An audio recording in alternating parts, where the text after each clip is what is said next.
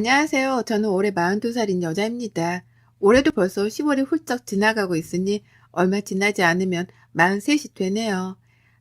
나이 먹는 게 조금 서럽기도 하고 가만히 붙잡아 두고 싶기도 하지만 그렇다고 지금 제가 싫은 건 아닙니다. 세월 가는 대로 따라가는 중이고 한두 살 먹어갈수록 전보다 어른이 되어가는 저를 느끼며 사니까요. 그리고 무엇보다 저를 많이 사랑해주고 또 따라주는 껌딱지 같은 남편이 제 곁에 있어줬기 때문인지 사랑을 받는 기분이 늘 들었습니다. 예뻐라 해주는 남편 덕분에 나이 먹는 걸 잠시 잊고 사는 중이었달까요?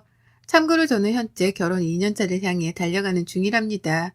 뒤늦은 나이에 결혼을 했고 제 남편은 저보다 3살이 어린 연하남이랍니다. 그렇다 보니 결혼을 하면서 많은 게 달라졌어요. 그간에는 그저 일에 미쳐 사는 평범한 골드미스 정도로만 사람들이 봐줬었는데요.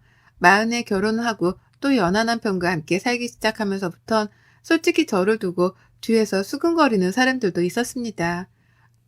좋게 봐주고 좋겠다고 부러워라 해주는 분들도 계셨지만 돈을 잘 버니까 어린 남자를 돈으로 꼬신 거라는 입에 담지 못한 말들을 주고받는 사람들도 있었어요. 사회생활하며 별별 사람들을 다 만난다고는 하지만 정말 결혼하고 나서 특히나 그 많은 사람들을 더 마주했던 것 같습니다. 상처도 받았지만 기분이 마냥 나쁘진 않았어요. 다들 내가 부러워서 뒷말을 나누는 거라는 걸 잘 알았거든요. 그러니 나와 남편에 대한 가십거리가 어쩌다 들려오더라도 귀담아 들으려 하지 않았습니다. 그리고는 실제 우리 부부의 모습처럼 잘 살고 있는 모습을 더 많이 보여줘야겠다는 것에 초점을 두려고 했죠. 그러나 이 과정에서 시어머니가 끼게 되면 제 반응은 마냥 냉정하지 못했습니다. 시어머니가 우리 부부를 좋아하고 응원해 주시는 쪽이 아니라 뒷말을 나누고 흉을 보면서 싫어하는 쪽에 서 계신 걸 알게 된 순간부터는 저도 작은 말에 흔들리기 시작했던 거죠. 시어머니의 입에서 나오는 작은 흉이나 탄식, 하다못해 사소한 눈초리때까지도 모두 다 저를 들었다 놓기에 충분했답니다. 시어머니께서는 절 참 많이 반대하셨어요. 그것도 참 희한한 방식으로 반대를 하셔서 지금까지도 기억이 남습니다. 며느리가 마음에 안 드는 거라면 남편한테 이 결혼이 싫다고 직접 반대 의사를 밝히셔도 됐고 결혼을 하지 말아줬으면 좋겠다고 제게 직접 말씀을 해주셨어도 될 텐데요. 희한하게 그런 말씀은 절대 안 하시더라고요. 다만 이상한 방식으로 제가 마음에 안 든다는 걸 표현하셨답니다. 나이를 들먹이면서 말이죠. 나이가 마흔인데 이제 웨딩드레스를 입겠다는 거지? 내 아들이 아직 마흔도 안 된 건 알고 있고? 라고 하시며 제 나이에 몇 번을 놀라셨고요. 나이가 10살 차이도 아니고 남녀가 바뀌어서 고작 3살 차이가 나는 것뿐인데 뭐가 그리 중요하냐고 물어본 남편에게는 네 말이 맞지? 라고 하면서 맞장구를 쳐주기까지 하셨어요. 방금 전까지 나이 때문에 마음에 안 드신다는 뉘앙스를 풍기더니 아들의 한마디에 또 수긍을 하는 듯 태도를 바꾸신 거죠. 그러다가도 남편이 제 옆에 없으면 아니 근데 큰아이까지 결혼 안 하고 왜 그랬대? 오빠들도 많았을 텐데 라고 하시며 이 결혼이 탐탁치 않다는 말씀을 돌려하셨고 힘들어하는 저를 지긋하게 바라만 보는 적도 많았답니다. 좋게 말하면 지그시 바라보는 거였고 나쁘게 말하면 힘들어하는 저를 노려보며 즐기는 것이었죠. 자신의 말 한마디에 상처를 받아가면서 반응을 보이는 저를 재밌어라 하셨던 것이었습니다. 그 바람에 저는 저분이 흡사 소시오패스나 뭐 이런 일종의 사람이 아닌가도 잠깐 의심을 했었답니다. 그렇지 않고서야 사람이 저리 매정한 말을 훅훅 던지며 반응이 뜨뜻미지근할 수가 없었으니까요.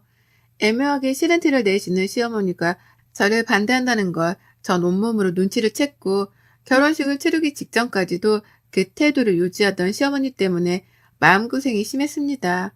하지만 결국 결혼식을 치르게 되면서는 어떻게든 관계가 나아질 것이라고 믿으려고 했어요.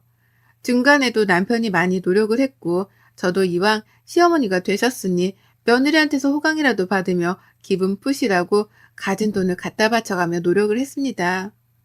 돈을 벌어서는 족족 용돈을 챙겨드렸고 때맞춰 계절 옷에 계절에 맞는 선물도 사드리면서 시어머니께 쓰는 돈을 아까워하지 않으려 했어요. 그게 제가 살아남는 방법이라 생각을 했으니까요. 그런데 말이죠. 요상한 일이 벌어지기 시작했습니다. 아무리 생각해도 요상한 일이었죠. 퇴근하고 평소처럼 집에 왔는데 시어머니가 계시더라고요. 그런데 웬일로 저를 향해서 왔어? 라고 하면서 퇴근을 반겨주시길래 살짝 흠칫했었습니다. 저러던 분이 아니신데 갑자기 인사를 요란스레 하시니까요. 그와 동시에 놀란 건 주변에 놓여진 어머님의 선물이었습니다. 단 한 번도 결혼하며 시어머니께 선물이라는 명목하에 물건을 받아본 적이 없었어요. 그릇이며 옷이며 시어머니 것이라고는 하나도 없었고 오히려 제가 퍼준 게 전부였었죠. 그런데 어머님이 웬일로 뜬금없이 시뻘건 고추가 든 평범하지 않은 장신구를 유리병 하나에 담아서는 선물이라고 가져오신 거예요. 그걸로도 모자라 아무도 쓰기 싫어할 것 같은 못생긴 그릇 두 짝도 말이죠. 어디서 이런 걸 빈티지 샵에서 주워오셨나 싶어 황당해하며 물건을 쳐다보는데 어머님은 세상 행복하다는 듯 건네주시면서 잘 쓰라고 하시더라고요. 특히 고추가 든 유리병은 현관 옆에 두어야 복이 기어들어온다고 하시면서요. 무슨 복이 정확히 들어오냐며 물어보는 제 남편의 말에 어머님은 얘가 빨리 들어선대 라고 그제서야 이실직고를 하셨습니다. 그러니 저도 알았죠. 이 말린 고추가 사내 아이를 뜻하는 거구나 하고 말이죠. 그래서 의심 없이 받아들였습니다. 어머님이 빨리 손주를 보고 싶어 하신다는 생각에 부담도 컸지만 다 우리 좋으라고 건네주신 물건이란 것에는 의심이 없었던 거죠. 그런데 이런 식의 뜬금없는 선물은 그걸로 끝이 아니었어요. 이런 분이 아니셨는데 계속해서 뭔가 내어주시더라고요. 그 덕분에 저희 집은 시어머니가 들고 온 영문 모를 물건들로 하나둘 채워져 빼곡해지기 시작했고요. 처음 가져온 고추 든 유리병도 그대로였고 쓰기 싫은 그릇 두 개도 그냥 주셨으니 일단 하부장 안에 넣어 보관 중이었습니다. 그 밖에도 침대 옆에 놔두고 얼굴 가꾸는 데 쓰라면서 거울 큰 거를 사다 보내주신 바람에 저는 영문도 모른 채 일단 그걸 침대 옆에 놔뒀어요. 남편 앞에서 예쁘게 구면서 오래도록 사랑을 받으라는 뜻인 줄로만 알고서는 아무런 의심도 하지 않은 채 그 큰 거울을 침대 옆에 뒀습니다. 제가 어릴 적부터 무교였고 믿는 종교 따위는 없다 보니 미신이나 속설 같은 것에 굉장히 무지했거든요. 그렇다 보니 전 어머님이 하라는 대로 하면 복이 굴러 들어올 줄 알았어요.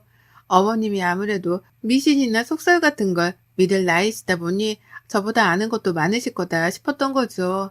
그래서 그 후에도 들어오는 헌 가방이나 옷, 그리고 정체불명의 나뭇가지 같은 것들도 그냥 있는 대로 받았습니다. 천만다행으로 제 집이 40평대라 넓은 편이었고 그래서 자질구레한 물건들을 하나둘씩 놓아둘 공간 여유는 있었어요. 그래서 겉보기에는 잡동사니 들로 어지러워 보이진 않았지만 이게 정도가 계속해서 지나가니 슬슬 받기가 싫어지더라고요.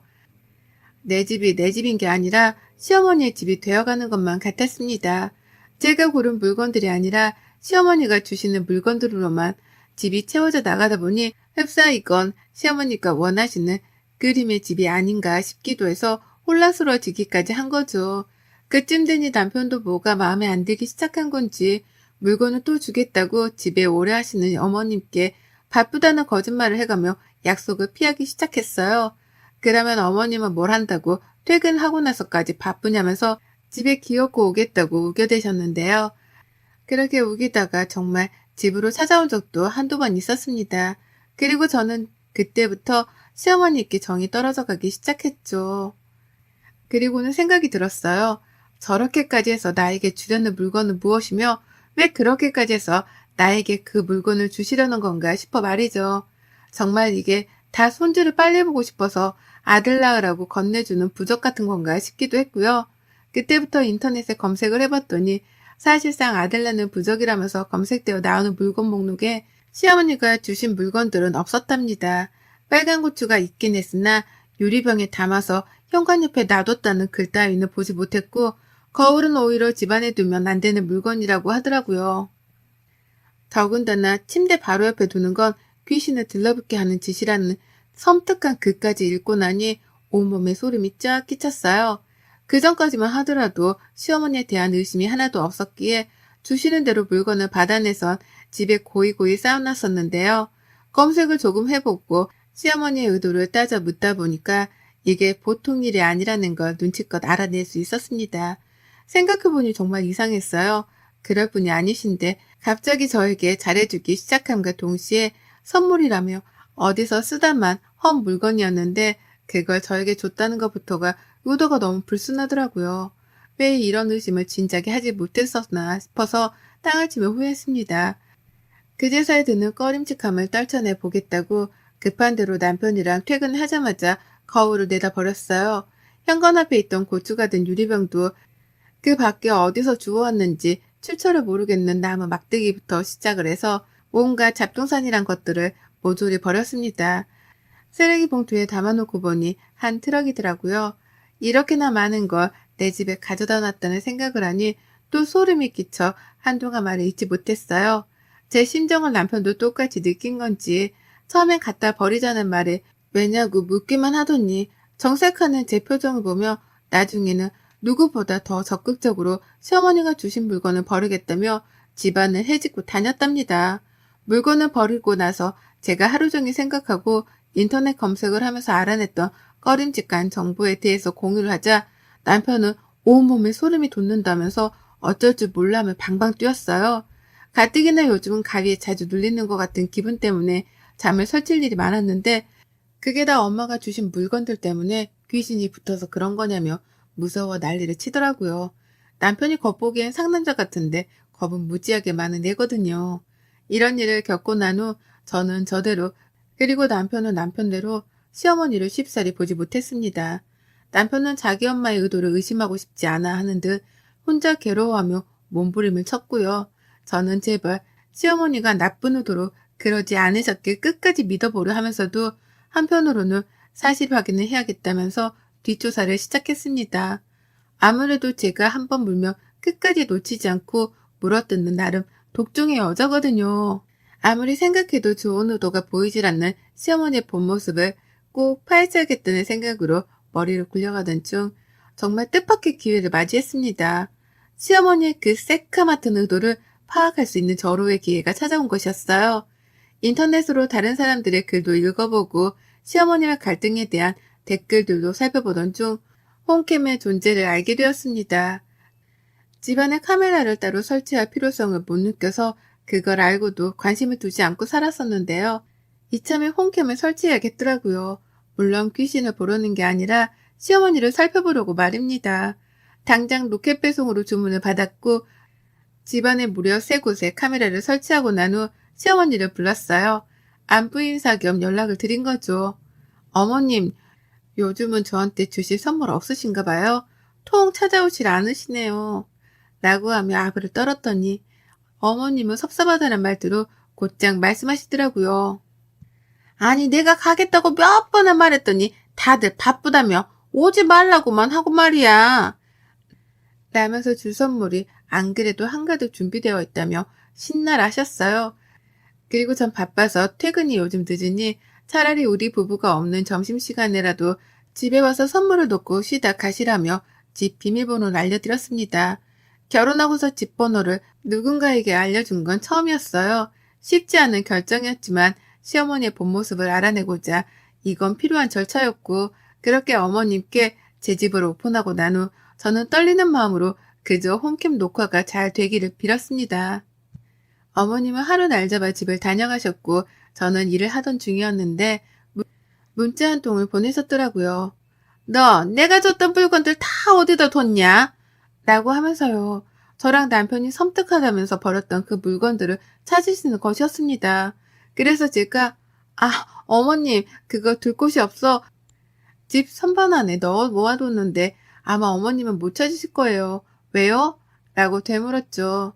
그러자 어머님은 버리지 않았다는 제 말에 안심을 하셨는지 버린 게 아니면 됐고 난 또 니들이 버린 줄 알고 깜짝 놀랐네.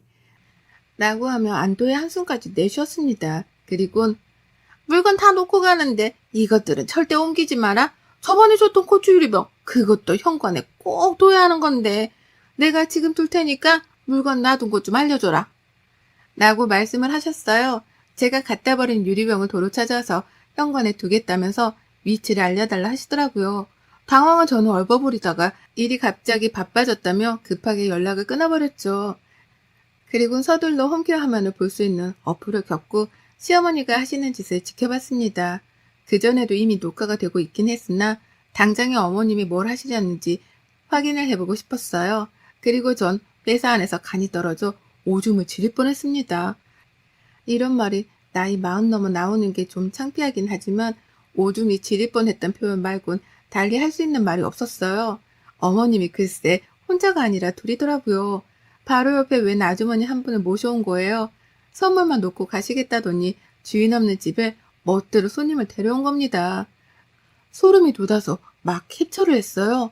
실시간으로 사진을 찍어서 남편에게 보내주고 있는데 그때 그 아주머니가 시어머니께 손짓으로 뭔가를 지시하는 게 계속해서 목격되었습니다. 아주머니가 손짓을 보내면 시어머니는 허리까지 숙여가면서 움직이셨고 아주머니가 가리킨 곳에다가 들고 온 물건들을 놓으셨어요. 아주머니는 마치 집을 보러 온 손님 마냥 제 집 구석구석을 휘젓고 다니셨고 기존에 어머님이 가져다 주셨던 물건들의 행방을 찾는 것 마냥 5만 군데를 구석구석 뒤져댔어요. 그러다 고개를 절레거리면서 한숨을 쉬더니만 시어머니가 이 아주머니를 이렇게 부르시더라고요. 보살님 이라고 말입니다. 그 순간 머리가 멍했습니다. 설마 저 여자가 무당인가 싶었거든요. 어머님이 가져오신 물건들도 그렇고 죄다 어디 조선시대의 궁중 난투국에서나 나올 법한 오래된 물건들이었는데 설마 어머님이 무당의 말을 듣고서는 무당이 지시하는 물건들을 제 집에 들인 건가 싶었습니다. 제발 아니길 바라면서 표정을 가득 찡그린 채로 화면을 바라보고 있는데 그 보살이란 여자는 가져온 물건들이 하나도 없네. 이것들 가져다 버린 거 아니야? 기센 것. 라면서 호통을 쳤고 그러자 시어머니는 분명 어디다가 넣어놨다고 했는데 제가 찾아볼까요? 눈치챘을 리가 없잖아요. 라고 하면서 그 여자를 살살 달래는 데 급급했습니다. 그러면서 어머님이 말씀하시더라고요. 제가 이것들 이혼시키려고 별짓 다 하고 있는데 여태 이혼도 안 하고 기세 내가 맞긴 맞나 보네요. 라고 말입니다. 저는 탄식을 내뱉으며 제자리에서 일어섰고 온몸에 소름이 돋아 닭살이 서는데 경직이 되어 얼어붙었어요. 빨리 내 집에 가서 이 불운한 존재들을 쫓아내야겠다는 생각밖에는 들지 않았습니다. 미신 같은 거 믿는 사람은 아니었으나 내 집에 무당이 들어온 이상 뭔가 정말로 불운한 것들이 집안에 마구마구 스며들 것만 같은 꺼림직한 기분이 계속해서 들었어요. 그리고 그때 저는 그만 까무러치며 비명을 지른 채 주저앉고야 말았습니다. 글쎄 그 무당 여자가 카메라를 응시하고 있는 거예요. 카메라를 통해서 저랑 눈이 마주쳤던 것이었습니다. 저는 핸드폰으로 보던 도중 화면에 뜬 여자의 눈초리에 기함을 치며 비명을 질렀고 제가 이렇게 겁을 먹고 있는 걸 아는지 모르는지 무당이란 여자는 집안에서 카메라를 발견했다는 것 같다는 말과 함께 곧장 시어머니께 일렀다 바쳤죠. 혹시 며느리가 이 상황을 보고 있는 게 아니냐 하면서 말이죠. 저는 여전히 놀래서 일어날 정신도 없이 바닥에 주저앉아 있었는데 무당은 카메라를 번갈아 노려보면서 시어머니랑 집을 나갈지 말지 작당을 하다가 결국 카메라를 뜯어버리고는 그걸 든 채로 집을 나섰답니다. 저는 여전히 벌렁거리는 심장을 부여잡으면서 지금 내 집에서 일어난 이 상황에 대해 이해를 하고자 머리를 쥐어뜯었고요. 그러니까 시어머니는 마음에 안 드는 며느리 하나를 이혼시키기 위해서 무당까지 찾아갔던 것이었고요. 그 무당이 하라는 대로 저주가 담겼을 것으로 추정되는 물건들을 하나둘 제 집에 들여놨던 것이었습니다. 그 물건에 남의 피가 묻었을지 똥이 묻었을지 누가 아냐고요. 저는 이 사실을 바로 남편에게 일러다 바쳤고 저보다 충격을 받은 건지 남편은 회사까지 반차를 내고 당장 시댁으로 갔어요. 가서 조져놓겠다는 말을 남긴 채 소식이 끊겼고요. 걱정이 된 저도 반차를 내고 바로 남편 뒤를 쫓아 시댁에 갔는데요. 글쎄 그 무당이란 여자가 시댁 안에 있더라고요. 카메라에 담겼을 상황을 어떻게 대처할지에 대해서 의논을 하겠다며 시어머니랑 같이 시댁에 가서 추후 작당을 기획하고 있었던 겁니다. 그 현장을 저랑 남편이 번갈아 덮친 거고요. 무당은 이미 저희 남편한테 욕을 처먹다 못해 멱살까지 잡혀서는 노후라 애원 중이었고 무당 같지도 않고 딱 보니 사기꾼인 것만 같아 보이는 그 여자를 뒤로 한 채 저는 시어머니께 녹화된 현장 영상을 보여줬어요. 이거 들고 당장 경찰서에 가도 할 말이 없으시지 않냐며 화도 내고 욕도 하고 하다 이혼을 정말 하겠다고도 했습니다. 이대로는 꺼림칙해서 어머니 같은 시어머니를 두고 살 자신이 없다며 말이죠. 그 말에 남편은 더욱 미안했던지 감정이 격해져 시댁을 아주 난장판으로 만들어놨고요. 어머님이 주셨던 물건들을 싹 다 버려놓길 정말 잘했다 생각과 함께 저는 사과조차 받지 않으려 했습니다. 도무지 사람이 할 수 있는 상식밖의 행동을 한 시어머니를 사람 취급해드리지 않기로 했거든요. 그리고 전 당장에 집으로 뛰쳐가서는 시어머니가 놓고 가셨던 새 물건들을 모조리 다 싸두고선 다시 시댁으로 왔습니다. 그리고는 남편에게 시어머니를 붙들고 있게 한 후 저 혼자 숨바꼭질을 하듯이 그 물건들을 시댁 안에 숨겨뒀어요. 시어머니가 절대로 찾아내지 못하시도록 말입니다. 그러자 시어머니는 그 물건이 정말 재수가 없는 물건들이었는지 당장 가지고 나가. 아유, 나 진짜 그것들이랑 같이 한 집에서 못 지내. 가지고 나가 버려줘, 제발. 라며 울고보고 매달리셨어요. 그딴 물건들을 내 집에 잘만 놓고 갔다는 생각에 저는 더욱 화가 치밀어 올랐고요. 도대체 무슨 물건인데 이렇게 기함을 치는 거냐면서 남편이 따져 물으니 어머님은 끝까지 말을 아끼시다 겨우 한 말씀 하시더라고요. 여자한테 안 좋은 거야. 라고 말이죠. 당시 아들한테는 해를 끼칠 생각이 없었다는 걸 어필하기 위해서 굳이 성별을 들먹이며 대답을 대신 한 겁니다. 그걸 보면 전 끝까지 물건을 숨긴 장소를 알려드리지 않으리라 재차 다짐을 했고 시어머니하고는 사과를 받고 말고를 떠나 연을 끊고 살겠다고 통보를 한 채 시댁을 빠져나왔어요.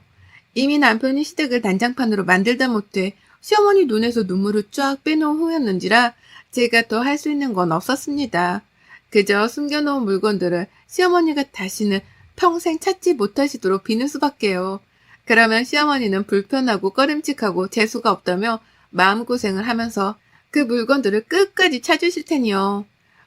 고약한 시모를 만나면 결혼하고 나서 팔짝을 꼬인다더니만 제가 딱 그 짝이었습니다. 다행히 남편 사랑이 한결같아 좋기는 하지만 전 재수없는 이 집에서 다신 더 살고 싶지 않다며 당장 집을 내놨어요. 현재 남편이랑 저는 친정에 들어와 단기로 사는 중이고요. 그리고 다시는 이사가는 집을 시어머니께 알려주지도 않을 거고 초대도 안 할 겁니다.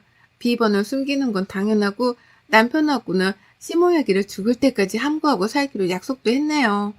인생의 반은 산 것 같은데 평생 멀리하던 미신에 발 한 번 걸쭉하게 담긴 후기였습니다. 전 아직도 소름이 돋아서 자다가도 잠을 설치며 깨요. 언제쯤 이 꺼림칙함이 사라질지는 모르겠지만 이렇게 사연을 적어보내며 후련하게 시모 욕이라도 해봐서 좋네요. 부디 이 순간에도 어머님은 제가 숨겨놓은 물건을 찾다가 재수 털려 겁먹고 계시길 진심으로 바랍니다. 여러분의 생각은 댓글로 남겨주세요. 오늘도 시청해주셔서 정말 감사합니다.